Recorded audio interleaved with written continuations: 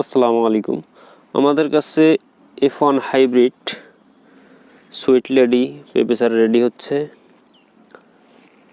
এবং আমাদের কাছে আরও বিভিন্ন ধরনের পেঁপে রেডি হচ্ছে, যেমন তাইওয়ান কিং, বাবু, তারপরে আপনার ফার্স্ট লেডি, রেড কান 2, টপ লেডি, বিভিন্ন ধরনের সবজির F1 হাইব্রিড এবং দেশি শাহি আমাদের কাছে রেডি হচ্ছে।